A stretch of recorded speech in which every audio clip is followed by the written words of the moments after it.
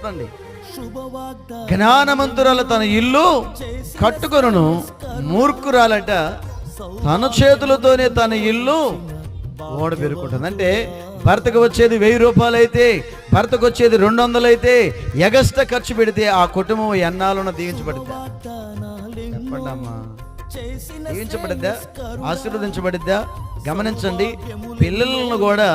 పిల్లలకు కూడా ఎంత ఇవ్వాలో ఏమి ఇవ్వాలో కూడా అర్థం చేసుకొని కుటుంబాన్ని, భర్తను అర్థం చేసుకోవాలి. లేకపోతే భర్తలు తొందరగా ఇబ్బంది అవుతారు. అర్థమైందా?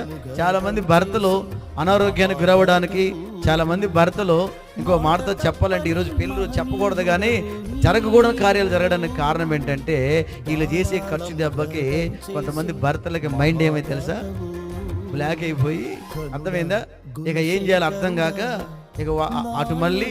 ప్రేమైన దేవుని బిడ్డలారా గమనించండి, ఆ డ్రింక్స్ కి ఏమంటారు దాన్ని,